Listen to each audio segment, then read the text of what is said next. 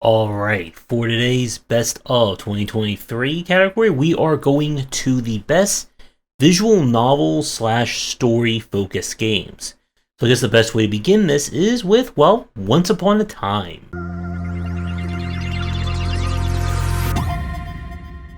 We don't have any runner-ups this time, but 5 very solid entries. We're going to start things off with a Highland song.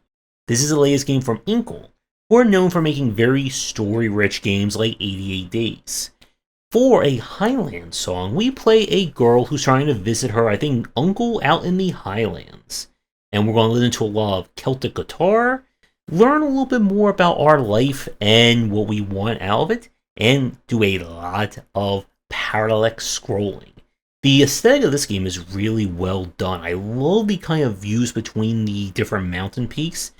This one is perhaps their most, I would say, maybe gamey in terms of mechanics from Inkle that we've seen in terms of reflex-driven design, but this is by no means a hardcore platformer, hardcore survival sim, and that kind of thing. If you've had any experience doing just basic platforming and rhythm, you should be more than suited to play this one. Now, the story is still the focus, and you can explore as much or as little of the world, the mythos, and the character as you see fit. But this is a very solid game, and if you're looking for a really great hike for a story, then definitely check this one out. We now have Cosmic Wheel Sisterhood. This is a story-driven game where you play as a witch who has been imprisoned on an asteroid for foretelling the destruction of her coven.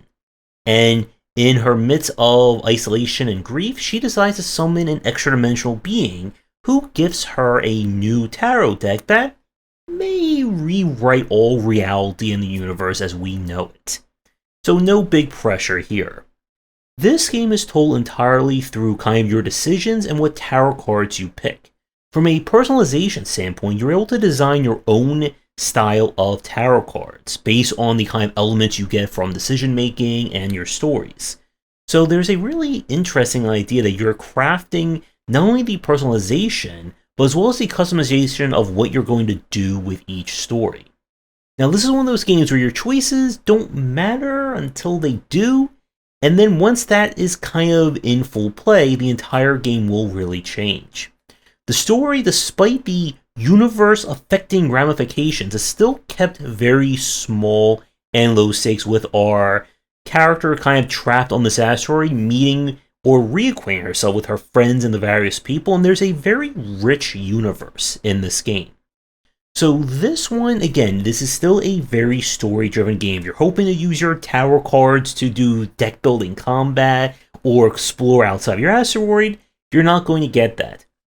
But you'll find a very entertaining and very mature story to go with this one. And it is a very solid pick, at least or you should at least give this one full play, just to see how everything kind of falls into play. And next up is Harmony, The Fall of Reverie. This is basically the most choose-your-own-adventure style of the kind of storytelling games we're looking at this year. You have to find your missing mother, as well as keep 2 different realities from falling apart.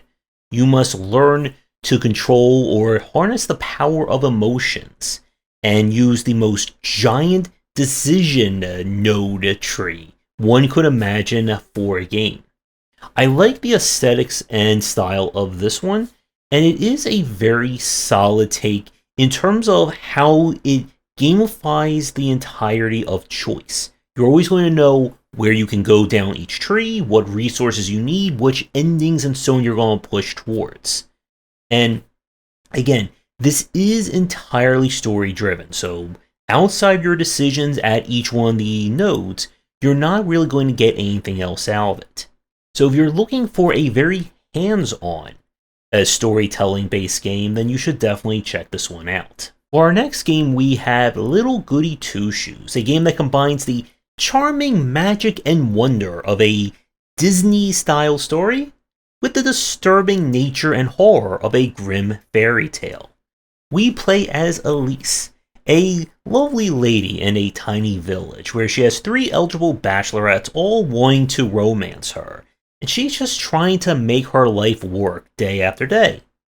There's also talks of witches, maybe there's a deity in the woods that could grant wishes at some unescapable or irreplaceable cost, and some other strange things happening all about, but we don't need to worry about that, right? So the game itself is told through a visual novel style of each day being broken up into different periods. Each period you decide what you want to do. You need to get food and items to restore at least his sanity, of course hang out with your lovely girlfriends, and solve the mystery as to whatever is going on in this strange town. There are multiple endings and routes to uncover. Now the game is on the slow side to begin with. Like the first day of the game is going to be the slowest in terms of time, explanation of rules and mechanics, but once you get past that and kind of the real game's afoot, you're going to find that there's a very intriguing story, all again wrapped up with this just gorgeous aesthetic for this game. So if you're looking for a little love, a little story, and a little horror along the way, then this is definitely one worth checking out.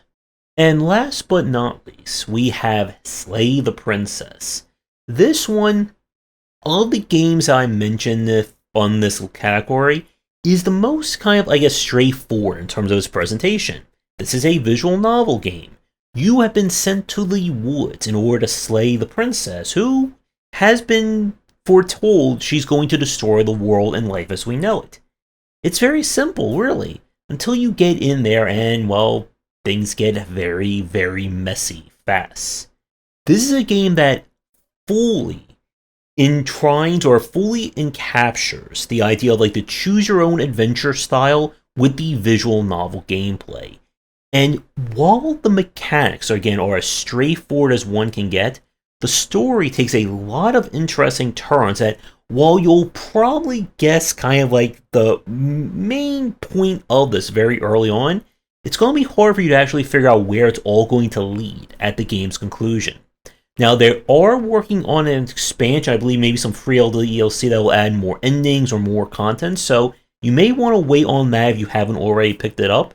But this is a fantastic and definitely a great entry for a unique story or best story based game for 2023. And like I said, this is a visual novel first and foremost. So if you're looking for a game to kill in more ways than one, a weekend and uncover its secrets, then this is a very solid recommendation. This has been a very interesting category. Again, for people who've watched this channel, you know that I am certainly not the visual novel story guy when it comes to this kind of stuff, but it's been a really great year, at least for me, finding some very solid entries. And if I can get into these story-based games, and I'm sure a few of you, especially those of you who are very more story inclined, will enjoy them. So are there any other games that really got you emotionally with their gripping stories? Let me know in the comments down below. But with that, we are done with all the little tiny entries. When we come back for our next part, we're getting to the big stuff. So bring a snack, maybe get a drink, get well rested, because the entries are going to get longer from here. That's going to do it for today's video. Thank you so much for watching. Be sure to do the YouTubing stuff people tell you to do. If you're interested in more of my thoughts on design, check out my books wherever they are sold. Visit our Discord and Patreon, and come back for daily discussions on game design here, and on game wisdom, where you some of the art and science of games.